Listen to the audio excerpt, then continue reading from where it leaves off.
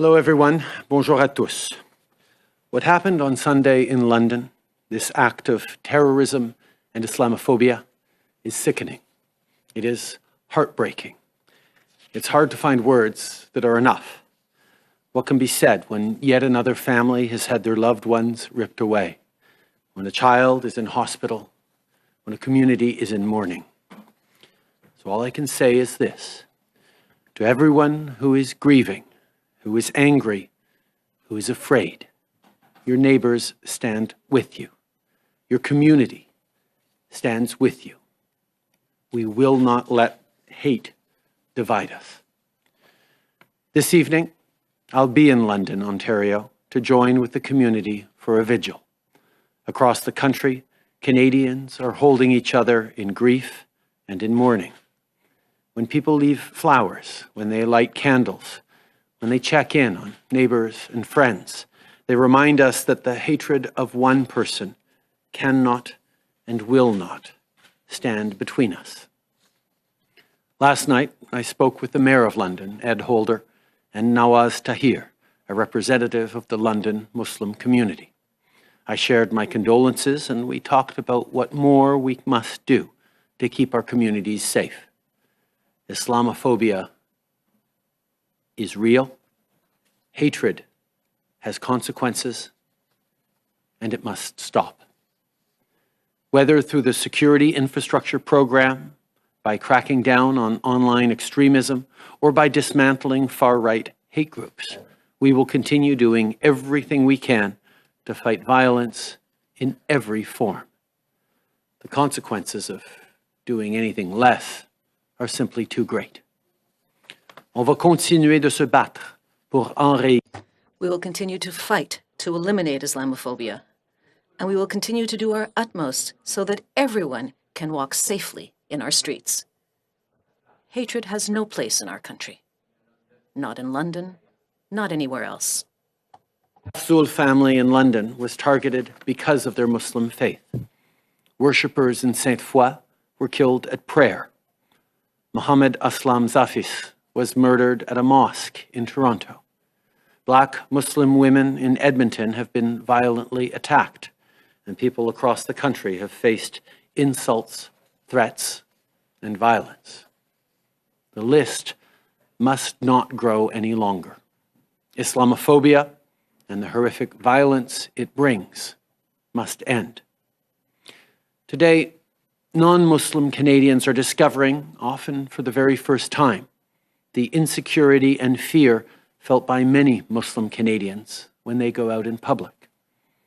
And Canadians are wondering what they can do to help, how they can prevent our country from going further down this dark path. Well, the next time you see a woman in a hijab or a family out for a stroll, give them a smile. Show them that they are respected. Show them that they are loved. And that they have friends and allies across this country who will stand with them and fight for them. Together, we can counter this darkness and this intolerance, and together, we will.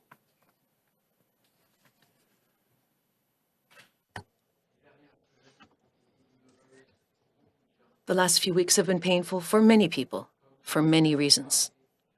As I said last week, I stand with all those who are in mourning after the tragic discovery in Kamloops.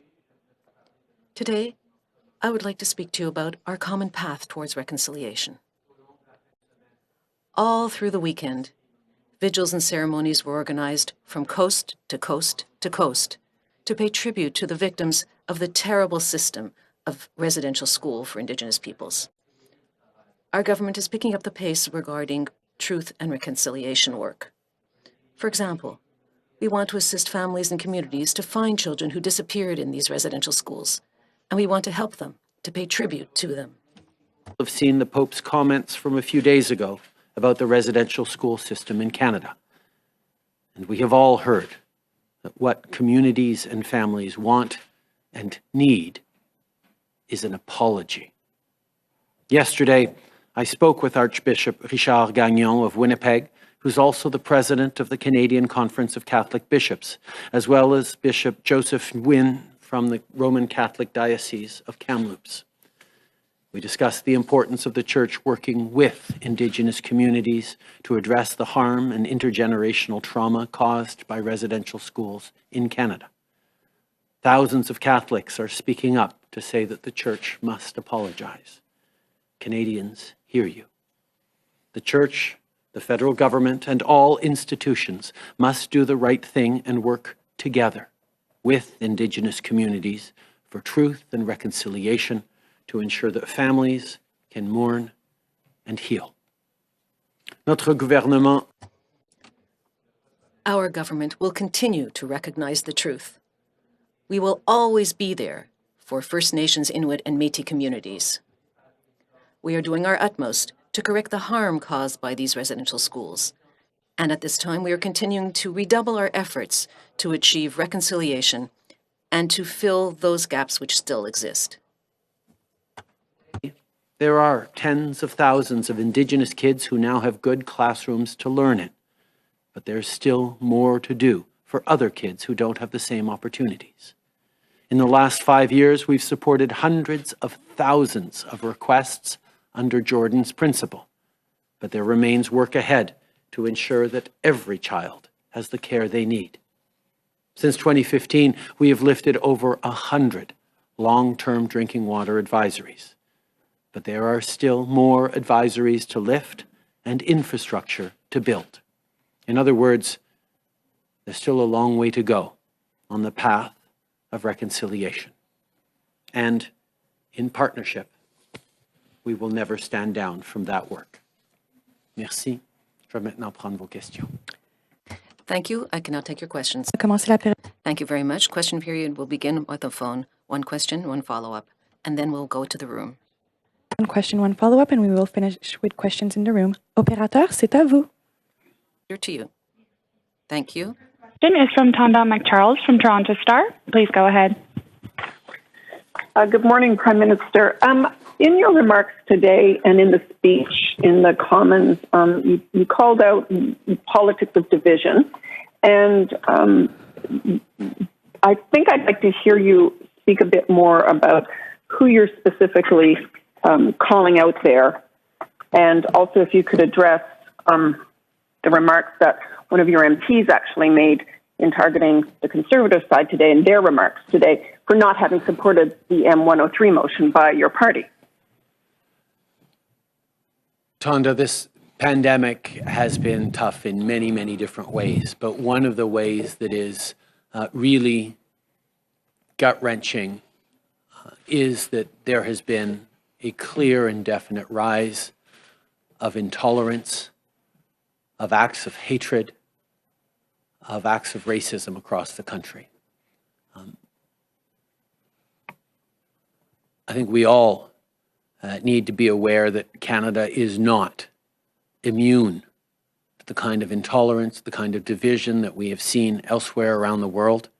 And we need to be vigilant, not just to stand by and hope that it doesn't happen in Canada, but to actively fight to bring people together, to push back against ignorance or intolerance, to push back against fear and anxiety that directs itself at minorities, at others. I think all politicians need to be aware, not just of the words they say, but the intent that underlies what they say.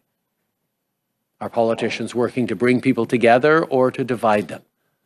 I think that's something that we've long had as a conversation amongst Canadians and amongst politicians, and it's something that continues today.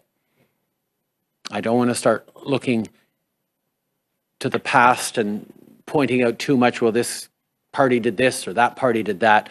I think today we need to look forward. We need to recognize mistakes made by the past, learn from them, and be resolute on demonstrating that the kind of hatred that in this case gave rise to such horrific tragedy is not encouraged, even accidentally.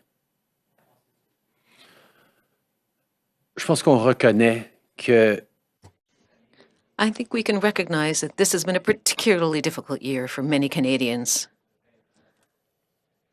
One of the things that is perhaps the most gut-wrenching in this year of pain and difficulties is that we are seeing a very strong rise in intolerance, in racism, and discrimination. We must do better. As politicians, we all have responsibilities, not only because we can say this explicitly, but by anything that we can implicitly encourage. We must be highly aware of the impact, not only of our words, but of our political choices to please a few and to push back against others. We must always be anchored in this reality, which is that we are a country of diversity and difference. But we can make the choice to lead and to inspire Canadians, to bring them together and understand each other, rather than seek divisiveness and difference. Thank you. Prime Minister, since 2017, there's been a continual rise in hate crimes in Canada, notwithstanding all that your government's done on its anti-hate strategy and putting money into other efforts. So I'm pretty sure in the last 48 hours you've met with your advisors and you've determined what you've done and what needs to be done. I'd like to know if you've landed on any ideas about what needs to be done to curb that rise in hate crimes. And is it time for your government to speak out more strongly against Bill 21 in Quebec, where we see Muslims are specifically excluded from the public service if they're wearing their traditional religious garb? I think there are many questions that people across the country will be asking themselves about how they can do a better job of standing against intolerance and encouraging understanding and acceptance of people who are different. I think that's been and has been one of the great strengths of Canada in the past, but one on which there are all too many examples of us falling short as a country over the past generations. We have done much, as you point out, over the past number of years to fight the rise of hatred and intolerance, but there is always more to do. And we will engage in that, and we will continue, whether it's protecting mosques and churches and synagogues with extra investments in security, which is heartbreaking to have to do, but is necessary, whether it's fighting online hatred, whether it's banning right-wing extremist terrorist groups like the Proud Boys. These are the kinds of things that we need to continue to do and ensure also that even while government does its part and continues to do more and more, ordinary Canadians are also understanding that they are part of the solution as well. Not accepting casual intolerance in the workplace or in your community, standing up as an active ally of people who are facing discrimination, understanding the microaggressions and the intolerance that are faced by racialized Canadians, by visible minority Canadians, by so many Canadians every single day in their daily lives. We all need to be better allies and active in the fight against intolerance, ignorance, and hatred. Merci. Opératrice, prochaine question au téléphone. Thank you, operator. Next telephone question. Thank you. Question de la presse canadienne. À vous la parole. Catherine Lévesque, La Presse Canadienne. Question. Yes, hello, Mr. Trudeau. I have another question, if you may. I was wondering whether the federal government is intending to limit restrictions for travelers, and is this going to only be for people with 2 doses of the vaccine, or will there be any increased flexibility for people who've had only their first dose? Answer. I understand how eager people are to put the pandemic behind us and to be able to travel once again. We know that the fact that we are among the first in terms of numbers of citizens who have had at least 1 dose of vaccine does confer a lot of protection on us. We see the number of cases dropping. We see the situation improving tremendously in our hospitals and in our healthcare systems across the country because people have been vaccinated with the first dose. But we also know that full protection does not exist before the full dosage is achieved, in other words, the 2 doses. And this is why we're encouraging everybody to receive their second dose. It's extremely important. And yes, we are looking at how we can ease the rules based on science. Once we have protection of 2 doses, we are more highly protected. We can better protect our communities than it's possible with just 1 dose. But also to encourage people to understand that it's not enough to just have 1 dose of the vaccine. We need the full 2 doses. And it's a good thing. So we are receiving millions and millions of doses of vaccines in the coming weeks, and we encourage everybody to become vaccinated, and we'll have more announcements to make regarding measures that may be eased for those who have had both doses in the weeks to come. I think we all understand that we want to get back to normal. We want to start traveling again, but it's very clear that even though 1 dose has allowed us to significantly protect Canadians, to remove many of the pressures from our public health systems, it is still an incomplete protection, and we need people to get the full 2 doses of their vaccines. And that's why easing of restrictions will be focused on Canadians who are fully vaccinated, both because that's what the science dictates, particularly when it comes to some of the new variants of concern, like the Delta variant. The difference between protection of 1 dose of vaccine versus 2 doses of vaccine is quite significant. That's why we continue to encourage people to get double vaccinated, to make sure we can end with this as quickly as possible and turn to helping people around the world also get protection from COVID-19. En suivi, Catherine? Follow-up, Catherine? Answer. Yes, so you confirmed that there may be an announcement in upcoming weeks. Could we have more clarification regarding the timing of this potential announcement? May there be any easings for the month of July, for example? And would this announcement be conditional? Or how would you be supporting the provinces? For example, in Quebec and in Ontario, they wanted more border restrictions. Are you confident that you can achieve consensus with Ford and Legault governments? Answer.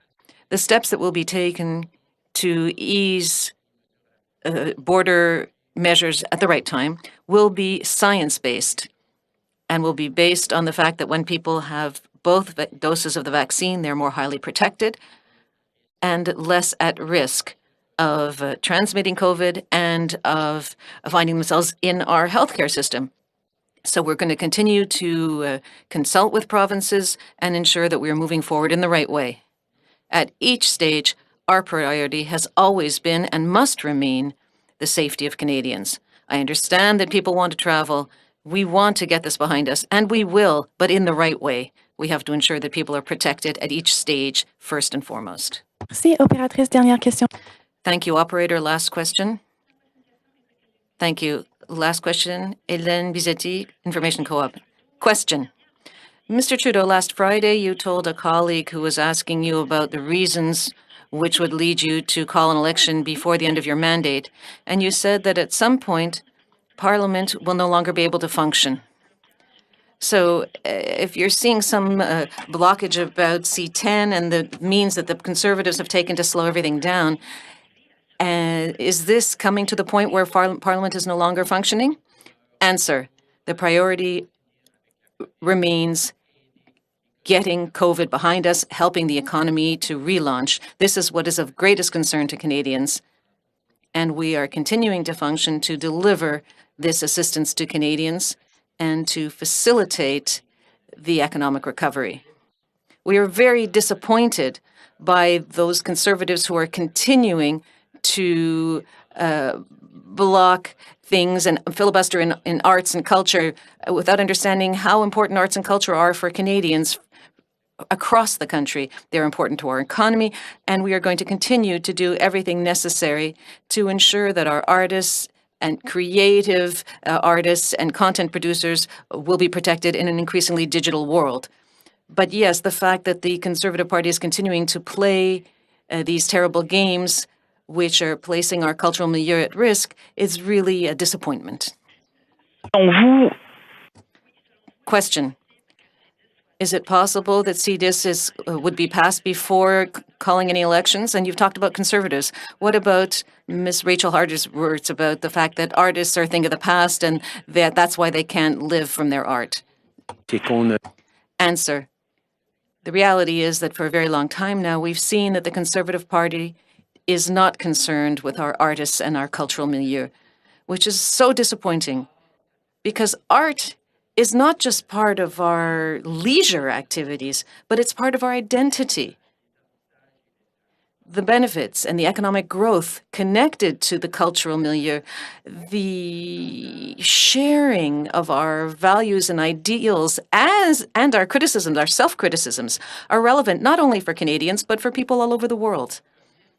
We recognize that, yes, the world is changing.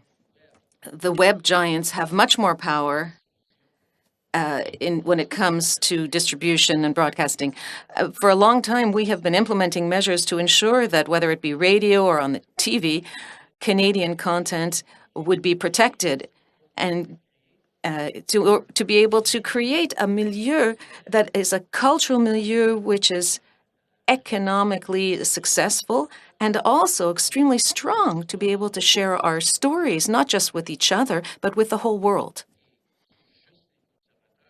And only Conservatives are refusing to accept that the world is changing, and the weight of the web giants is so great that our artists are facing enormous challenges if we're not there to ensure that the very same principles that exist and have existed for decades for radio and television and movies should also be there to apply to the internet and web-based broadcasting, any webcasting. So these are difficult conversations, but they're important conversations. The Conservative Party is just crossing its arms and trying to prevent the government from moving forward to protect our artists. Well, I think that this is a grave mistake on the part of the Conservative Party of Canada. Answer. Thank you. Any questions from the room? First, Ron Oliver with CTV National News. In 2017, Parliament passed a Liberal motion condemning Islamophobia. You've criticized the 91 MPs who didn't vote for the motion, but you've been Prime Minister for 4 years since then. What specifically have you done in that time to combat and reduce Islamophobia in Canada? We have made significant investments through the Minister of Diversity and Inclusion, which is a new post that we brought in to ensure that everything we do is focused on recognizing intersectionalities, recognizing the systemic discrimination that exists, highlighting and naming Islamophobia alongside anti-Semitism, alongside anti-Black racism, alongside anti-Asian racism. We have taken strong measures to push back against intolerance towards people of various religions. We have moved forward with security infrastructure investments to keep community centers and places of worship safer. We've moved forward on better community support programs and education programs. We've continued to move forward on more diversified hiring practices, both in the public service and across the country. We know there is much, much more work to do, and we will continue to do it in ways that partner with the Muslim community across country and indeed all communities that face discrimination and racism. We are committed to moving forward in ways that highlight that in Canada, differences and diversity should always be a source of strength, never a source of weakness. There is still much more work to do, but we will continue to do that.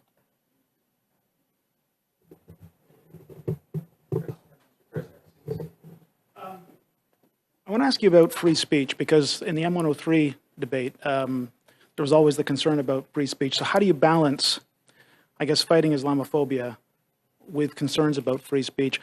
I also want to ask you about the Quebec secularism law, because you're talking about, uniting Canadians and bringing them together, and you're not making any mention of what's happening in Quebec in terms of the secularism law there. Can I ask you what you think about that, given these terrible events? First of all, the defense of freedom of expression is in our charter, and it is fundamental to this government and to our country. People need to be able to express themselves. There need to be freedom of conscience. There needs to be freedom of religion. Those are things that we cherish as a country. There isn't, however, a freedom to hate. Hatred, hate speech is not allowed in Canada. And the line that every government needs to walk between, of course, protecting freedom of expression, but not permitting incitement to hatred or incitement to violence, is one that is continual as a battle, as a reflection, and as technologies change, as means of communications change, we need to keep up with that. What is important is to ensure that, yes, there is always freedom to criticize, freedom to challenge one's government, freedom to express one's opinions, but not freedom to push intolerance and hatred against fellow Canadians or discrimination against people who are different. And in regards to secularism, Canada is a country that separates church and state. Our public institutions are inclusive and should not judge on the basis of religion. That is something that is a core principle of Canadian governance, and it applies right across the country. There have been, over the past years, conversations around various measures here or there, including Quebec's Bill 21.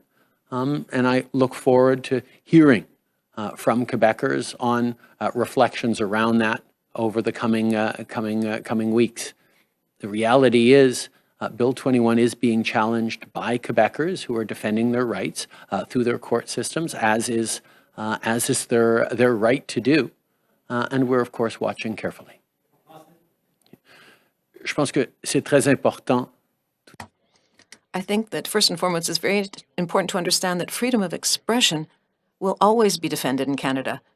We always have the right to criticize, to demonstrate, to express our concerns and our disagreement with the government or with various positions. But we are not free to promote hatred, nor to encourage violence, or to incite hatred. Where that line will be drawn between protecting freedom of expression and condemning incitement to violence is something that is in evolution. There's always an important balance with different technologies, with different ways of conducting conversations. We have to be on the watch for how things develop. But this is something, and this is a principle that Canadians understand very clearly. When it comes to secularism, it's important that we have institutions and a country which is secular, one which does not judge on the basis of one religion or various religions, doesn't judge our citizens on this basis. It's also important to be able to protect the fundamental rights of all. I know that in terms of Bill 21, there are Quebecers who are currently before the courts defending their fundamental rights, as is their right. As a federal government, we are watching carefully what's happening. I wouldn't be surprised if there were to be more Bill 21 conversations in Quebec in the coming weeks and months. But these are conversations which we will be following. Hi, Prime Minister. Chris Reynolds, Canadian Press. Why did you abstain from the NDP motion yesterday on the motion on legal battles against a pair of rulings involving First Nations children? And will you drop those court cases, yes or no? We have been very, very clear that kids, or now adults, who suffered harm at the hands of the child welfare system deserve compensation. We absolutely have recognized that from the very beginning. And we have worked with and will continue to work with communities to establish what is the just and fair compensation for these individuals. At the same time, as a government, we have moved forward on historic legislation to end the child welfare system that has been taking kids from their communities, from their language, from their culture, and causing long-term and in some cases irreparable harm to them. That's why we passed Bill C-92 on child and family services and are working with Indigenous communities and provinces to ensure that communities stay in charge of and can protect within their language, within their culture, kids who are at risk. Next question, Romuald. On both sides of the border this morning, the mayor of Niagara Falls saying that he has it on good authority that the gradual reopening of the border will be June 21st for those who are double vaccinated. Can you confirm or deny that, please? We have no announcements to make today. June 21st, the 21st of every month, is the day on which the measures we've had for many, many months between Canada and the United States does get rolled over or not. We are still very much working both with medical professionals, with epidemiological experts, with partners in the United States. And when there are announcements to make, you can be sure we'll be making them. Nous n'avons rien à annoncer aujourd'hui. Nous savons. We have nothing to announce today. We know that, of course, people are eager to be able to travel once again. The 21st of every month is the day on which we extend or amend the border measures between Canada and the United States. We'll have announcements to make in due course, but not today. Question. Hello, Christian Noël from Radio-Canada. We seem to understand that you want to do this in stages, that somebody who would be double vaccinated may not have to quarantine in a hotel. Is this something that's envisageable? And if so, what would be the timeline? And what are the other stages or different measures that there could be in the next few weeks so as to do this gradually? Answer. First of all, our approach has always been science-based. It's always been based on what has to be done to protect Canadians and keep them safe. I understand how eager people are to get back to a normal life and to start to travel again and visit friends and go to a Gunkwit or Old Orchard or wherever in the U.S. But the reality is that there are stages that we must respect to be able to do this safely.